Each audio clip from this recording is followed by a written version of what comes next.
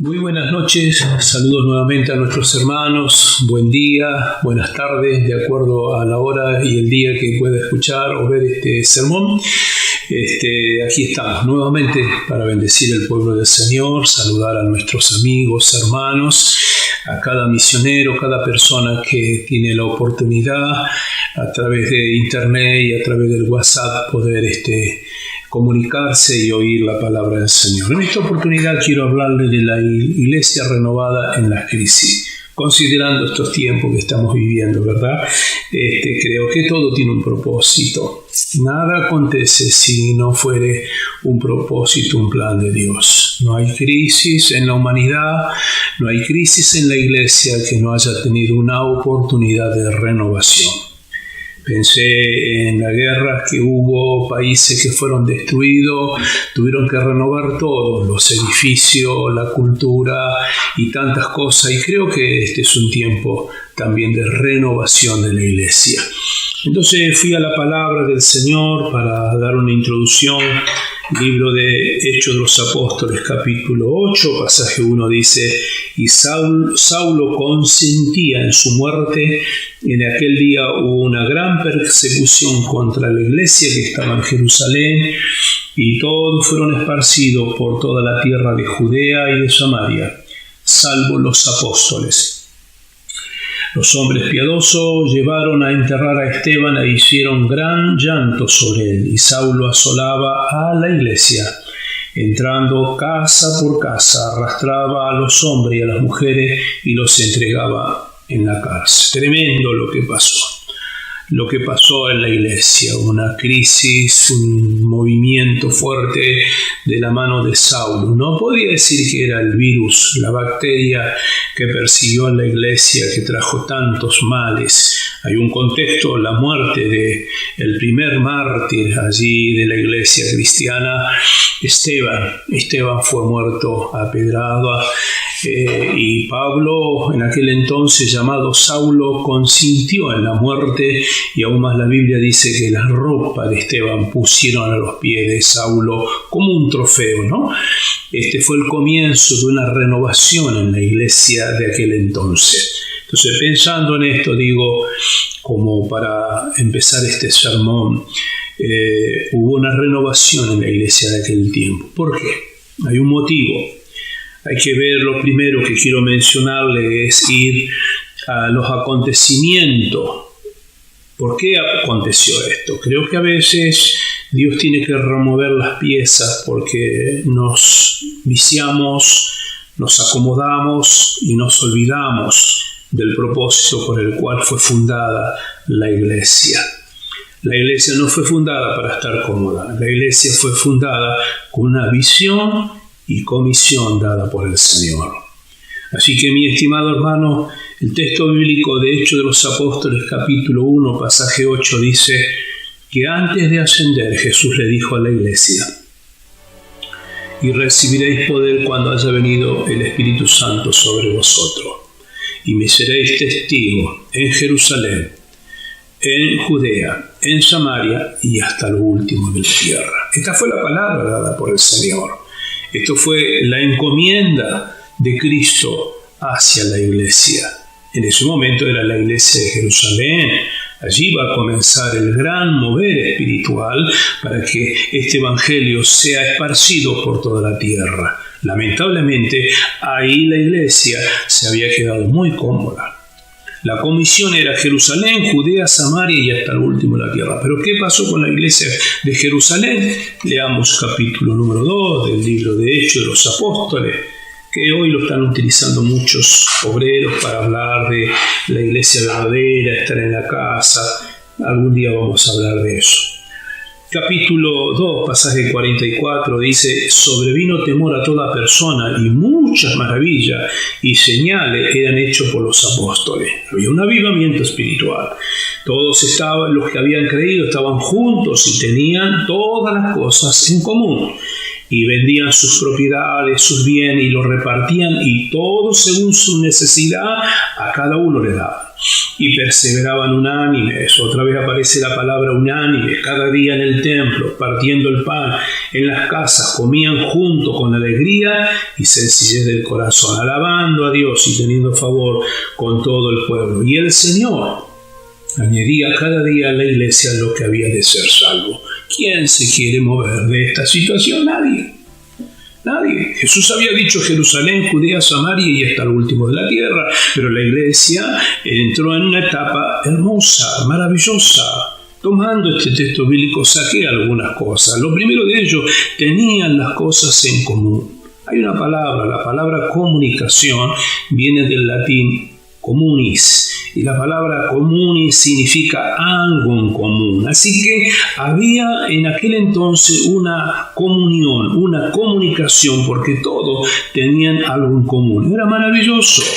¿Quién no quiere vivir ese espacio, ese tiempo? Así que todo el mismo, hablaban el mismo idioma, tenían el mismo sentir, compartían lo mismo. Es maravilloso, es el pedazo del cielo que todos queremos, es la iglesia perfecta. ¿Qué más tenían? Nadie tenía necesidad de nada, porque había dinero, comida y comunión. Aquí dice la Biblia, vendían sus propiedades y la traían a los pies de los apóstoles y repartían de acuerdo a la necesidad. Así que vamos contabilizando. Algo en común, comunicación, bienes materiales, nadie tenía necesidad, el pueblo estaba cómodo, estaba muy bien. ¿Qué más tenían? También dice el texto bíblico, vivían un avivamiento local, porque tenían el favor del pueblo, porque el Señor añadía cada día alma, había un movimiento de sanidad también, había sanidad. Pero ¿quién quiere salir de ese espacio? Nadie. Creo que eso es lo que todo el mundo anhela. ¿Qué más tenía? Se convertían cada día al cristianismo, era algo maravilloso. Así que, mi estimado hombre, mujer de Dios, era un pedazo de cielo. Pero, ¿qué dijo? Hechos capítulo 1, pasaje 8.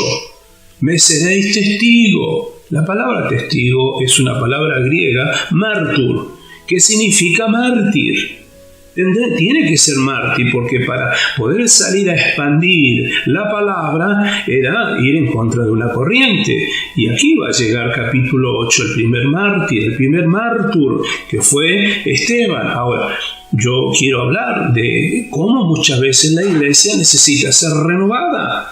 ¿Por qué? Porque lamentablemente algunos movimientos espirituales hacen que la gente tenga una convivencia, ¿no? Estaba buscando y indagando de algunos avivamientos que surgieron en el resto del mundo, y durante estas edades y estos años siempre hubo movimientos espirituales importantes, corrientes espirituales. Aquí en Argentina, año 55, el movimiento de la mano del evangelista Tommy Hill fue impresionante.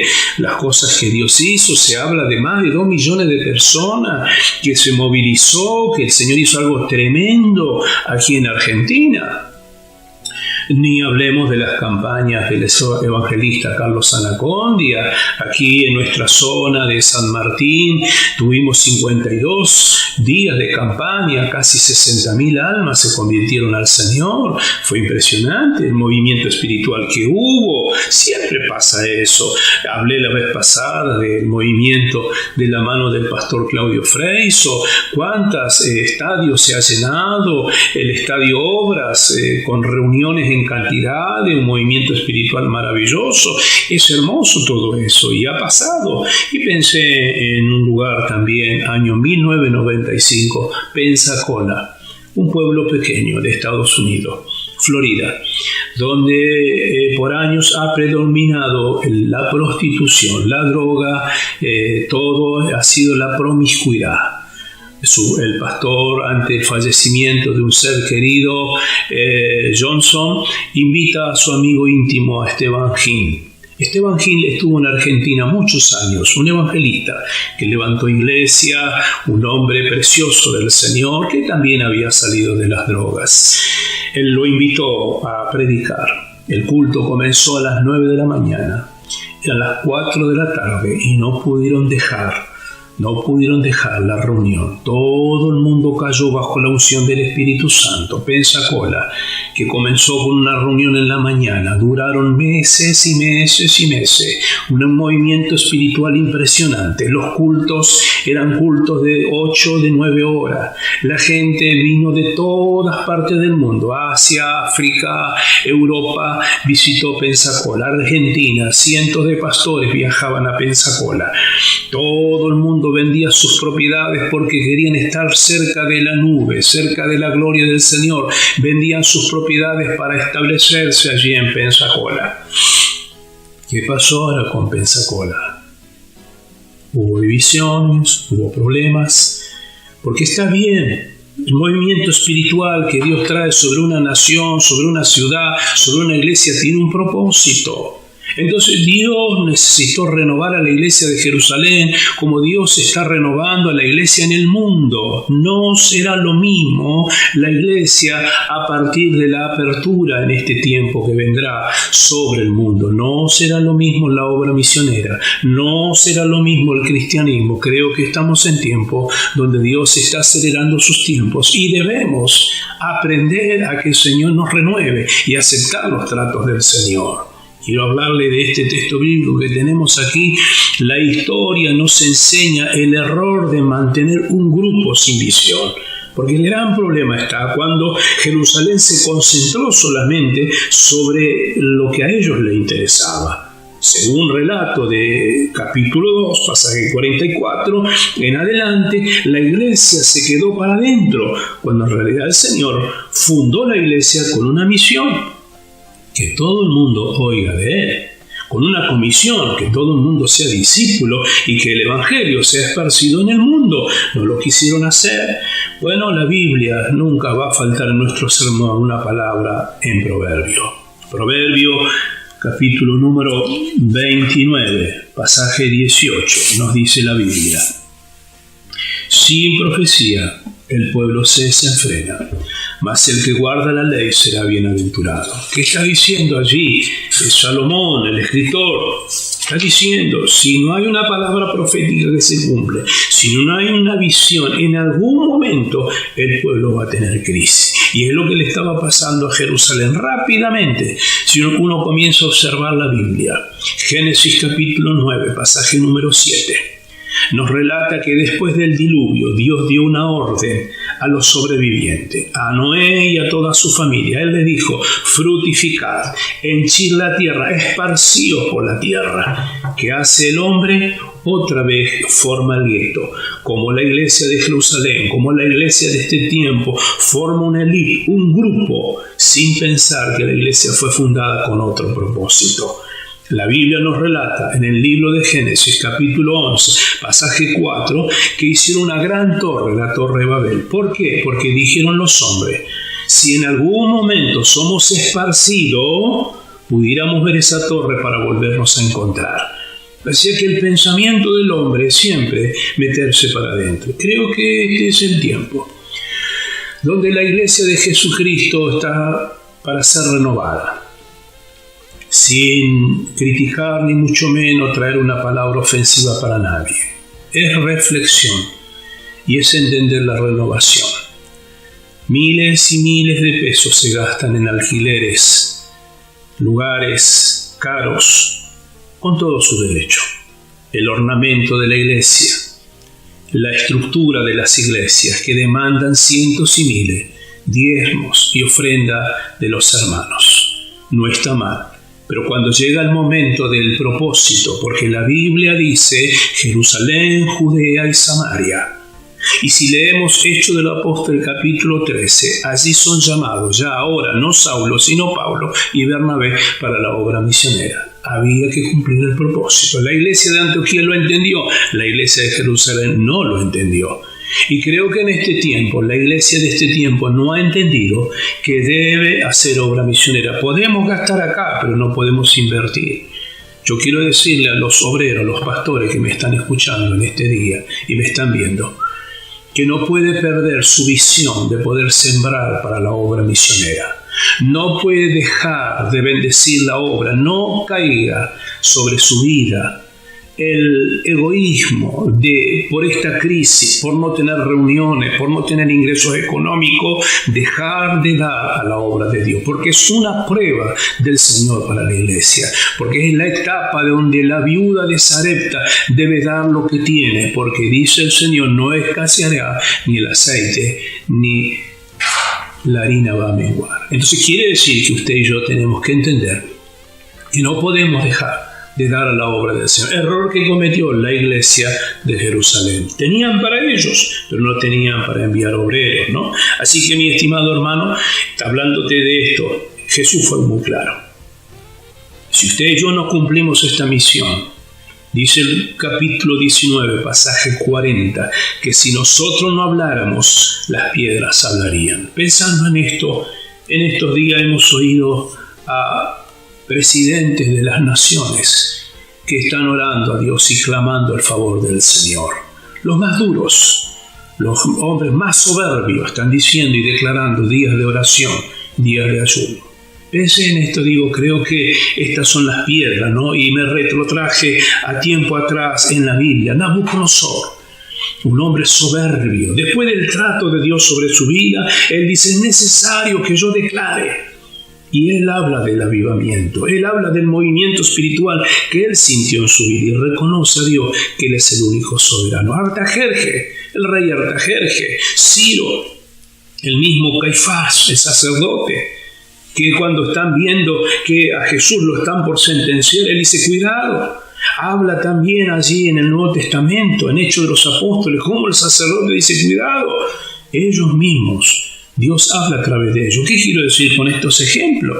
Que lamentablemente, mi estimado hermano, Iglesia de Jesucristo, tenemos que cumplir el propósito por el cual Dios fundó la iglesia. Ahora, se viene una renovación. Jerusalén vivió una renovación. Saulo estaba siendo usado por Dios para poder crear esta renovación. Así que el error es creer que porque estás prosperado está todo bien, porque la iglesia de este tiempo es una iglesia que cree que todo está bien, ¿no? Los cielos están abiertos, algunos se dan el lujo de rebelarse con el pastor o contra algún liderazgo o contra la iglesia, rápidamente va, consigue un local, lo alquila y se juntan 4 o 5 hermanos y ya formaron una iglesia, ¿no? Está todo bien porque los cielos están abiertos, a los pocos meses se divide, se pelean, porque no es el problema el pastor, es la misma persona que no está cumpliendo el propósito por el cual Dios lo llamó. Pensando en esto y viendo de que no es el propósito de la iglesia esto, porque parecía que esta es la iglesia perfecta, según capítulo 2 del libro de Hechos, pero en el capítulo 6 la Biblia nos habló que hay una crisis. Pasaje 1, en aquellos días, como crecía el número de los discípulos, hubo murmuración, claro. A ver, el capítulo 2 dice, compartían el pan, repartían los bienes, pero la iglesia comenzó a crecer. Entonces, cuando empezó a crecer, hubo discriminación, no hubo repartija de bienes, y ahí hubo ya crisis. Siempre va a haber crisis cuando no hacemos lo que corresponde. Libro de Malaquías. Dice el Señor, nadie trabaja de balde, nadie enciende la luz del templo sin cobrar algo. Lamentablemente la iglesia se ha viciado. Los llamados pastores, pseudo apóstoles, profetas, que lo único que buscan de la gente es sacarle dinero. Dios nos guarde. Y creo que este es el tiempo hermoso, donde no hay ingresos, donde no hay campañas, donde no hay cultos, donde no hay ingresos económicos de ninguna índole, donde no hay ningún pacto, donde no hay ninguna siembra. La gente no está dando. Ahora están los llamados por Dios. Ahora son los misioneros que deben confiar en el Señor y no tanto depender de las ofrendas de las iglesias. Creo que es un trato de Dios muy lindo, donde Dios va renovando. Y hubo problemas allí en Jerusalén. La iglesia estaba entrando en un vicio de demandar. El sindicato de la iglesia reclamando bienes. Y parece como que este es el tiempo, ¿no? El Señor, cuando le habla a la iglesia de Apocalipsis, capítulo 3, pasaje número 17, le dice, tú dices que eres ricos y que no tienes necesidad de nada. Pero el Señor le dice a la iglesia, eres un desventurado. Está hablando a la iglesia de la Odisea, eres pobre, estás desnudo. O sea, a veces creemos que todo está bien porque hay mucha gente, porque hay mucho dinero, y eso no es la iglesia del Señor. La iglesia del Señor es la iglesia de Filadelfia, la iglesia misionera. Ahora, pensando en todo esto, cuando Dios renueva, ¿no? Cuando Dios trae cosas lindas sobre su iglesia. Aquí en el capítulo 8 entra la renovación. Hasta el capítulo 7, que viene la muerte de Esteban, comienza en el capítulo 8 la persecución más grande contra la iglesia. Pero contrariamente, antes de detenerla, la iglesia fue creciendo, porque dice la Biblia, los que fueron esparcidos iban predicando la palabra en todo lugar. Así que cuando Dios hace movimiento es para renovar a la iglesia. Aún pensé en el mismo mundo, ¿no? El otro día, mirando los informes de la noticia, dice que el smog de la ciudad de Buenos Aires se ha detenido. El clima de la ciudad de Buenos Aires está hermoso, porque no hay camiones, no hay colectivos, no hay autos. Entonces el cielo está purificado. Aún el cielo está descansando y se está renovando. Veía el otro día las calles de Venecia que están plagadas de agua, negra el agua era, y ahora el agua está clara y se ven los pescados, se ven los delfines, porque los barcos no andan, todo el mundo está quieto, hay una renovación. Dios detuvo el mundo para poder renovar y darle un poco de aire a este clima. Leía el otro día unos datos, que aún los abortos se han detenido. Se da cuenta, no se habla de la ley de aborto, de identidad de género, se ha detenido todo. Dios está renovando la sociedad. Por día, según la Organización de la Salud Mundial, hay 120.000 por día, 120.000 abortos. En esta pandemia ha bajado a un 50 y un 40%. Quiere decir que cientos y miles de vidas se han salvado gracias a esta renovación que Dios está trayendo en el mundo. Oí el otro día que el 95% de la delincuencia ha reducido. No hay gente en la calle, hay mucha policía, los ladrones están muy limitados para hacer algo. Quiere decir que lo que está pasando es una renovación. Hay una renovación espiritual, una renovación física. Creo que es un tiempo del Señor. Lo cuarto que quiero decirle, este es un momento para retomar el propósito de la iglesia, la renovación, ¿no? Por eso estoy hablando de la importancia de volver al viejo camino. Las 7 iglesias de Apocalipsis, una de ellas, la de Éfeso, el Señor le habla y le dice: conozco tus obras, sé que eres paciente, sé que cuidas la doctrina, sé de tu arduo trabajo, pero tengo algo contra ti, le dice el Señor. Has perdido tu primer amor. Y creo que esto se ha perdido, ¿no? Pensé en el día de hoy mientras preparaba este sermón. Poco la vida del campo, ¿no? Hoy no se utiliza tanto, pero en aquellos años, cuando no había tanto modernismo, cuando un campo estaba viciado. ¿Qué significaba viciado? La tierra ya no producía. Ya no daba la fruta que tenía que dar, era pobre, se entendía que la tierra tenía que descansar. Así que el campesino sabio, lo primero que hace, deja crecer todo ese pasto, y usted ve el pastizal, usted ve una tierra llena de pasto que para nada sirve. En un momento prende fuego, quema todo el campo ese. Es algo terrible ver el campo prendido en fuego. Está aniquilando, uno dice, su campo. Se está prendiendo fuego. Esto significa que están muriendo alimaña, parásitos y aún animales que pueden estar allí dentro de ese campo. Se muere todo. Queda el desastre. Queda todo negro. Y parece como si fuera el propósito. Cae la lluvia. Y usted siente el olor del pasto que se quemó. Siente el olor de una tierra fresca.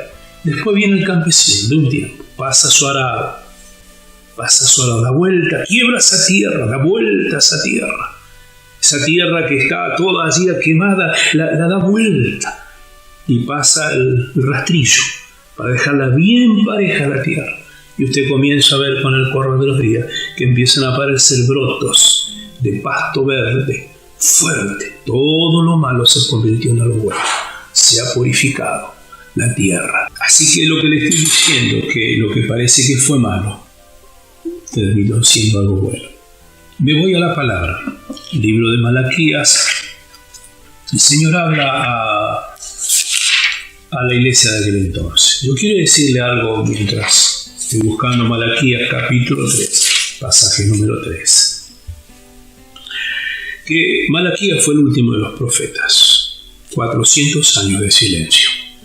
El primer profeta que predicó y anunció nuevamente la palabra fue Juan el Bautista. Pasaron 400 años. A Dios no le cuesta nada frenar su palabra. Cuando Dios quiere renovar a su iglesia, lo va a hacer. ¿Cuántos días vamos de cuarentena, de no tener culto, de no tener canto, de no tener la iglesia reunida? Arrancamos prácticamente hace más de un mes la cuarentena. ¿Y nos va a encontrar renovados? Porque miren lo que dice Malaquías capítulo 3, pasaje 3, y se sentará para afinar y limpiar la plata, porque limpiará a los hijos de Leví, los afinará como a oro y como a plata, y traerá a Jehová ofrenda en justicia. Esta es la iglesia con la que está luchando el Señor. El libro de Malaquías está enojado con el ministerio sacerdotal. Hablo a los pastores, hablo a los líderes en este día.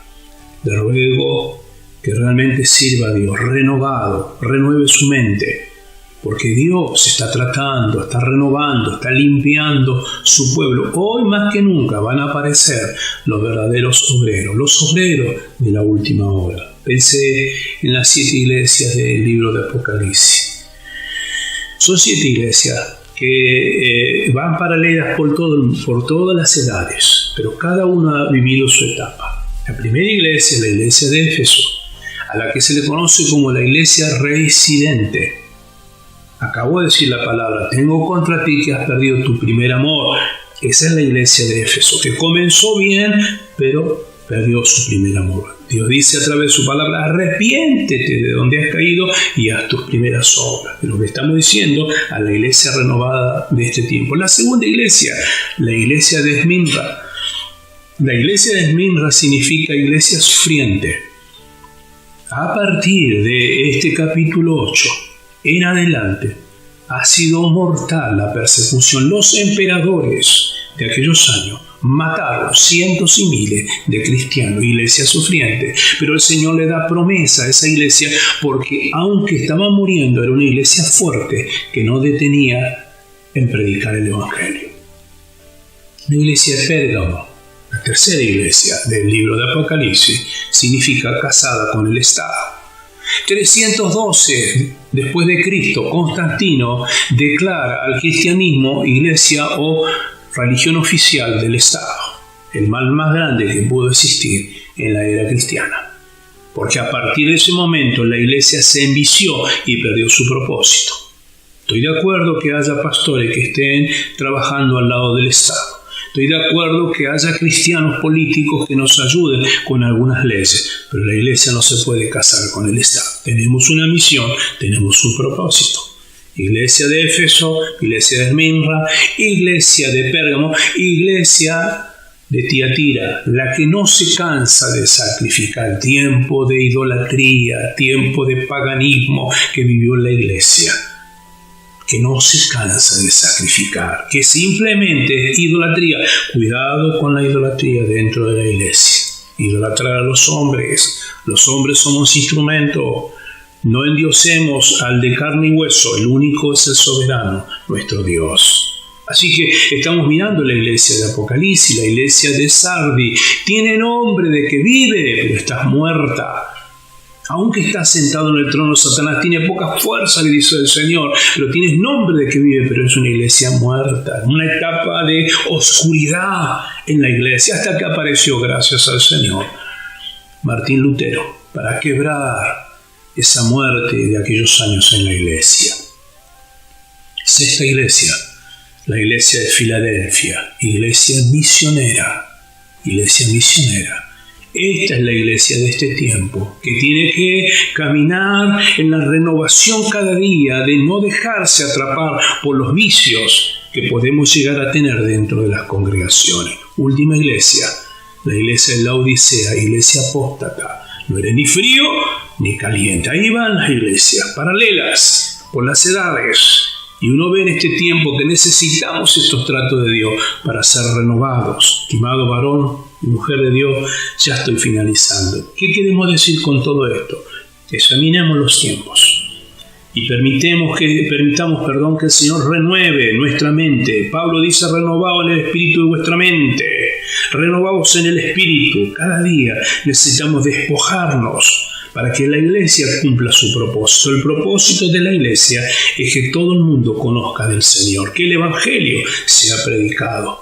Anhelo esos tiempos, mi amado hermano, donde usted llegaba a la iglesia y su premisa era que todo el mundo supiera que usted es un cristiano, que todo el mundo supiera de que hay un Dios que puede perdonar pecados. Animo a la iglesia en este tiempo a que evangelice, predique, que sostenga la obra misionera y que el Evangelio de Jesucristo en este tiempo sea conocido en todo el mundo. Oremos al Señor. Padre, gracias te damos por este día. Bendecimos a la iglesia para que la palabra que llega al corazón despierte y haya una renovación espiritual en este tiempo, en todo tu pueblo.